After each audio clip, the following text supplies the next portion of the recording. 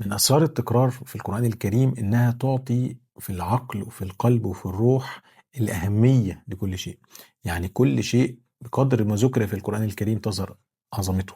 كلمة الله سبحانه وتعالى أكتر كلمة ذكرت في القرآن الكريم، أكتر من 2700 مرة كلمة الله، عشان تفضل كبيرة في قلبك، تفضل عظيمة في قلبك. من أسماء الله ومن صفات ربنا الرحمة، تلاقيها ذكرت 360 مرة. الهداية والصراط المستقيم 360 مرة، وقلنا سر 360 مرة دول.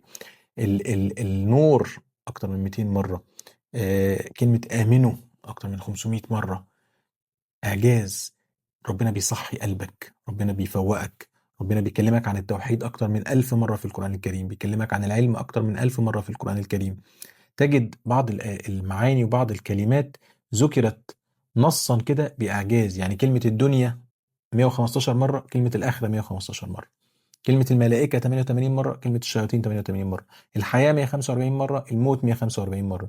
الصالحات 167، السيئات 167. طب إزاي هذه الدقة في الآيات؟ كلمة يوم أو اليوم المفرد 365 مرة بعدد أيام السنة. وكلمة الأيام جمع ذكرت 30 مرة بعد أيام الشهر. القمر 28 مرة، اللي هي المنازل القمرية اللي بيمر بيها في كل شهر.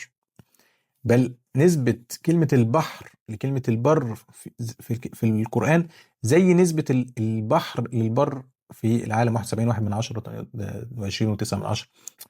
إعجاز.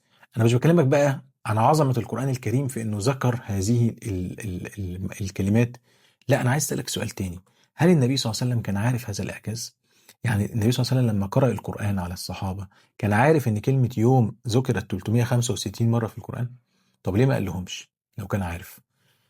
ليه ما قال لهمش؟ ليه ما شرحش هذا الإعجاز؟ لو واحد عامله، لو واحد هو اللي كاتب كتاب وفيه معجزة وفيه يعني حاجة عظيمة في وسط كتاب والناس ما خدتش بالها، ينبههم. لا، ربنا سبحانه وتعالى يترك هذه المعجزات في وقت معين تظهر لينا احنا، عشان يفضل يتجدد عطاء القرآن، تتجدد معجزة القرآن إلى ما لا نهاية.